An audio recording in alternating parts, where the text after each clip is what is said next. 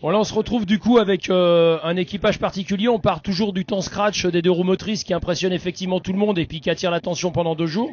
Mais depuis plusieurs années, 2 ans ou 3 ans je crois, il y a les 4 roues motrices qui sont présents aux 12 heures de Pont de Vaux et qui font pas mauvaise figure avec des résultats assez impressionnants. Vous savez à peu près combien vous avez fini au scratch les gars, Sébastien?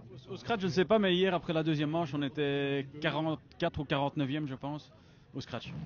Donc ce qui n'est pas une place ridicule. Alors à savoir aujourd'hui que le trio qu'on a devant nous, c'est les vainqueurs officiels 4 roues motrices de ces 12 heures de Pont de Vaux, avec Olivier Devos, Sébastien Guyette, ce sont des Belges, des gens de là-haut. Et il y a un petit gars, Jérémy, ton nom de famille, excuse-moi. Jérémy Soyer. D'accord, qui lui a de la chance parce qu'il est de l'autre côté de la frontière, alors qu'on a juste les vainqueurs qui passent derrière nous.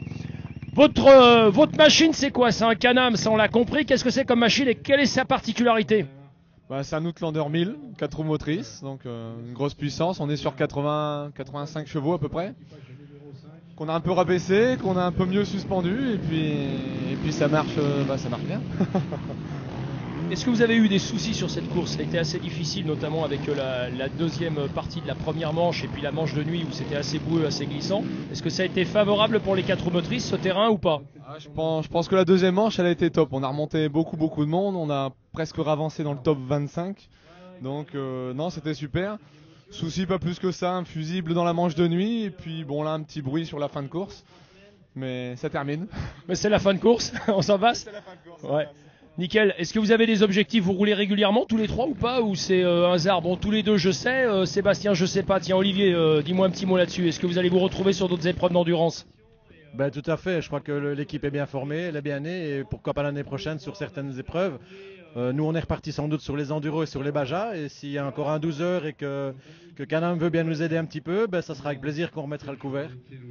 Donc tu fais un appel à Can-Am là, c'est ça hein? Oui, je pense que c'est le moment de le faire. On a quand même...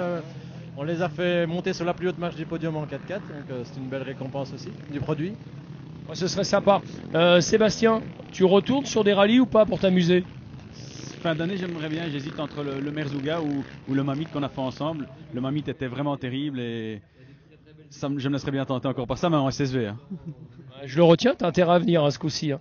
En tout cas, félicitations à tous les 3, puis merci pour le spectacle et vraiment bravo parce que je sais pas, je trouve ça touchant, notamment avec un 4 roues motrices d'arriver à faire ce résultat et surtout sans emmerde réelle.